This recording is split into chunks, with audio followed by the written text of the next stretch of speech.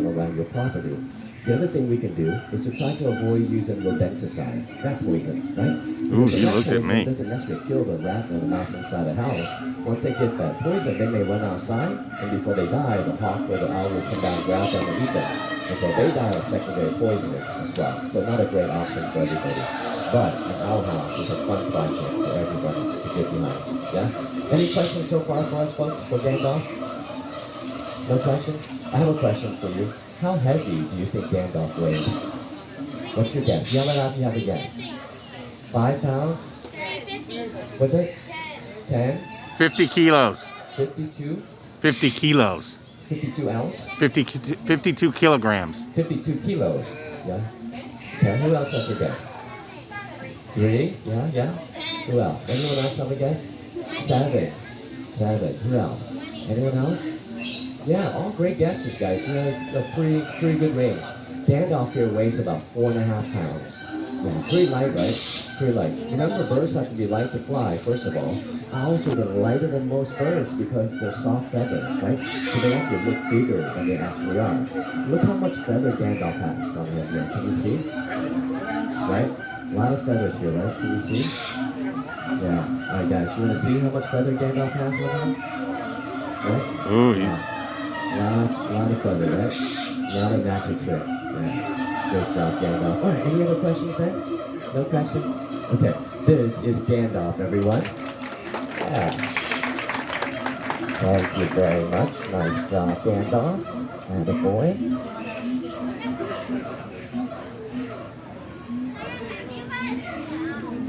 Now, we have established that owls are quite beneficial to us, right? But there is another species of bird that's really beneficial. Arguably, it may even be more beneficial than the owl species. Can anyone guess what species that might be that's so beneficial to us? vulture? Raven? Well, if you guess vulture, you would be right. Everyone, this is Rena. And Rena is a king vulture normally found in South America. Now, we don't have king vultures around here, but we do have two very beneficial species of vultures, the turkey vulture and the black vulture. They're very beneficial in keeping the carcasses off the roadways, for example, keeping the environment clean for us. Now, in South America, where these guys are found, they actually work together with the turkey vulture to find their food. See, turkey vultures have a great sense of smell. And so they'll find their food, they'll smell out maybe a carcass of a capybara or a tapir, for example, and then the king vultures, they'll come along, they'll follow the turkey vultures, they'll come along, and with their sharp, powerful beak, they'll break into that carcass and they'll get their fill, right? And then after they're done, the turkey vultures then can come in and also share in that food as well. So they work together to be able to survive out there in the wild. Now, we know that vultures are very important for us. I'll tell you a little story about vultures and how incredibly important they are for us. You see, in India, not too long ago, they lost about 80% of their vulture population. 80%, that's a lot, right? It was due to a drug called diclofenac. Diclofenac is an anti-inflammatory drug that farmers use to help their cattle when they go lame, yeah? But unfortunately, it's toxic to the birds, toxic to the vultures. And so when the cattle die in the field, the vultures would come along and eat that carcass like they normally would, but they would also die because they have diclofenac in their system, yeah? So India lost about 80% of their vulture population, yeah? Now, there was another species that rose because of the loss of vultures. Can anyone guess what species that might be? It's a feral species, feral and domesticated species. Anyone have a guess? What is it? Cass?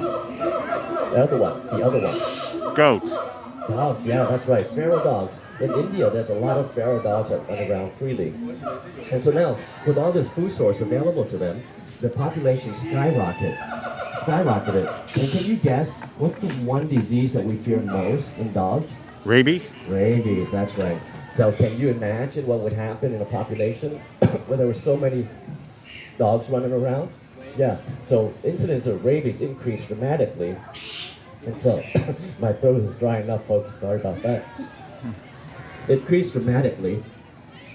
I might have to go grab a drink real quick. Hang on right here for a second, okay?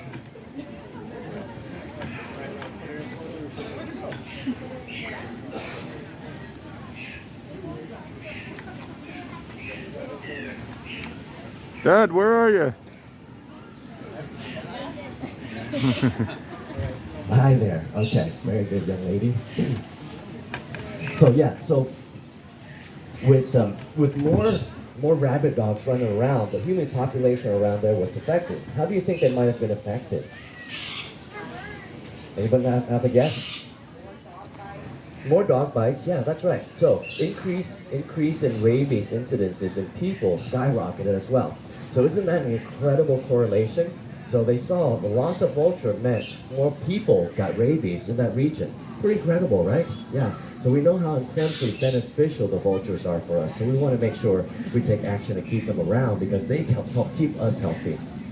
And around here, our vulture populations are pretty steady. The turkey vulture and the black vulture, they do a great job keeping those deer carcasses off the roadway to keep the diseases down, right? Without them, we just have diseases all around us because we'll have things like botulism, cholera, anthrax.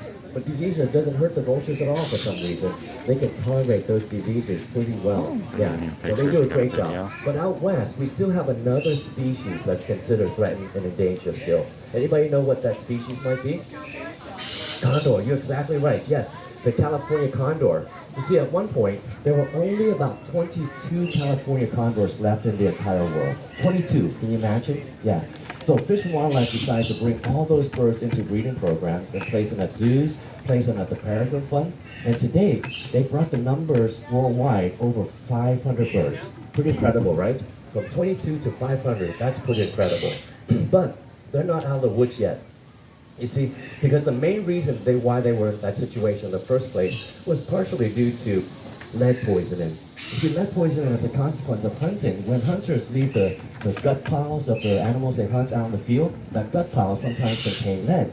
And so the animals out there, the foxes, the coyotes, the vultures, the condors, they see that gut pile, they just come up and consume it. But unfortunately, it has the lead ammunition in it. And so they die from lead poisoning as a consequence. Yeah. So unless we can move away from lead ammunition, these animals, these birds will constantly have issues. You see, even around here on the East Coast, well, we don't have condors, but we have other birds, like the bald eagles, right? Every year during hunting season, we see bald eagles come in dying from lead poisoning. Same reason as the condors out west, because they eat the gut piles that contain the lead that's in them. Yeah.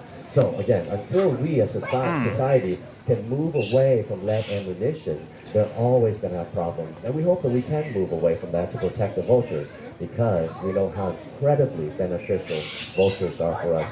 And by the way, we just celebrated International Vulture Awareness Day yesterday, and we might as well celebrate it all year long, you know, because we know how incredibly beneficial these guys are. So next time you see a blackbird out there, like the turkey vulture or the black vulture, make sure we appreciate them for what they do for us, because they are probably pretty underappreciated. We probably think they're pretty gross all the time, right? Getting into gross, disgusting things, but they're the ones doing the job to keep us healthy and clean around here. So let's make sure we keep them around a little bit longer. Reina, you're doing a great job, young lady. Again, Reina is a king vulture. She's about 5 years old. You can see her spot still in the back of her wing, indicating she's still kind of in between. Next year, when she's fully adult, she'll lose all those black dots behind her on her wing there, and that portion will be all beige color, and her head be even more brilliantly colored. She'll have more yellow and more red and more orange as well. So quite an incredibly beautiful vulture, don't you think? Yeah. Hi there. Good job, Reina. All right. This is Reina, everybody. Yeah. Thank you very much. Nice job, Reina.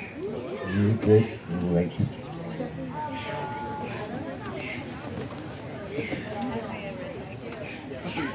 Well, folks, if you give me a second, I need to rinse off my hands because what I had in my hand to feed Reina was pretty gross stuff, I guess I could say. This is good meat. This is good meat. Now, hopefully, like you've seen the birds here today, you would have understood and have guessed that birds can be quite intelligent, right? But not everybody, birds are smart. Sometimes our friends call us, bird brains, that suggest we're not quite sharp enough. But I've got a little bird here to show you how smart they can be. Everyone, this is Buffet. And Buffet is a rose-breasted cockatoo, normally found in Australia. Buffet, can you say hi? Hello, pretty birdie, he says. Now, to show you how smart he is, I need the help of a volunteer. This time, though, I need an adult volunteer who's got some money on them. No. And some hands went down immediately. Do you have some money on you? Back there in the glasses? Yeah? Okay, grab some money if you would. And you can stand up right where you are. One's to work. Five's even better though. Or credit card, black. Okay, stand up, hold that money right out to your side if you would. Right out to the side, perfect, just like that. Buffett, do you see him? Yeah, he sees you. He's gonna fly over there, walk over, grab that money, and put it on back. Where's it go, Buffett? Yeah, good job, buddy. Good job. Yep, it's in there. Nice job. You did great, Buffett. You did great too. Thank you very much. So, anyone want to try that with a 20 over here? No? We're kidding, of course. We're going to return this money back to you. So if you would stand back up for me, put your arm straight out to your side, palm facing the sky. There you go. He's going to fly over there, land on your arm, walk over and put it in the palm of your hand. Good job. Attaboy. Thank you very much. Yeah, nice hand for our volunteer. Thank you very much for your help. Now, that's just a little fun little behavior, right? Just to show you how smart they can be. Buffett here, he can learn that behavior within about 2 sessions or so. Yeah, quite an intelligent bird. Now, since I have him out here, let me also remind us of something else too. Remember the sun conures who were out here earlier, the little yellow birds? Yeah, I mentioned that they were considered threatened and endangered in their native habitat, right? And part of that is because we harvest a lot of resources from the Amazon where they live. Right? Resources like trees, for example, where we need to build our homes and our furniture, which we need, right? But we also harvest a lot of other resources too. Resources from the ground, for example, like aluminum ore, to make things like aluminum cans like these here. Yeah, but here's where we can make a difference, folks, even from our very own homes, yeah? If we were to recycle some of these cans, we harvest a little bit less of that aluminum ore from the ground in the rainforest, therefore leaving the habitat there a little bit longer for the birds and the animals to live, so that you and your kids can also enjoy them a little bit longer as well. So we hope that you are recycling, but in case you're not, Buffett here is going to show us just how to do that. Right? Now, before we do, I need to recruit a few volunteers to help us with this behavior. Who wants to help us? Young man, you want to help us? Grab that can for me. Anyone else over here on this side want to help us? You want to help us? All right, grab that can for me. All right, can you two share this can? Perfect, good job. Where's Buffett? Oh, are you ready already? We're not quite ready yet, Buffett. All right, hang on tight. I think we have to find a few more cans in here for you to show everyone just what we do with all the aluminum cans. All right, who wants to help us? Young lady, you want to help us? Okay, grab that one, and you want to help us? Okay, grab that one, and maybe back here, you want to help us? All right, grab that, perfect, good job. All right, Buffett, I think we're about ready now, and if you have a can, when Buffett comes to you, you can go ahead and hand him that can. Come on, buddy, ready? Here we go. Let's see, we have a can right over here. Grab that can, where's it go, Buffett? In the recycling bin. Good job, my boy. That's where all the aluminum cans go. Are you ready? Here we go. All the way.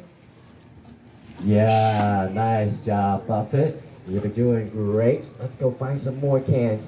Here we go. Here's another one for you. Good job, buddy. All the way. And good job. Right in the recycling bin. Let's go get some more. Here we go. Where were we? Here we are. Just come right here, Buffett. Get that can back to the recycling bin. Good job, my boy. Yeah, you're working pretty hard today. You're doing great. Let's keep it up. Okay, ready? Where else is our can? Ready, guys? Here we go. Together. Good job. All the way, Buffett. Nice job, Buffett. Good boy. You're doing great. Working pretty hard today. One last can, Buffett. A long flight for you. You ready? Here we go. Good job, Buffett. All the way. And nice job. All right. Yeah, nice hand for all of our volunteers. Buffett, that was a great job, buddy. Now, see, Buffett, if Buffett can recycle, we can also recycle, right? Yeah, such a simple thing that we do that has major consequences for wildlife out there. So we hope that you are recycling, everyone. So we hope you enjoy the program today, and we hope you enjoyed meeting the birds and learn a few things about them. And we hope you enjoy the rest of your time here at the zoo, everyone. Thank you very much. Have a great day.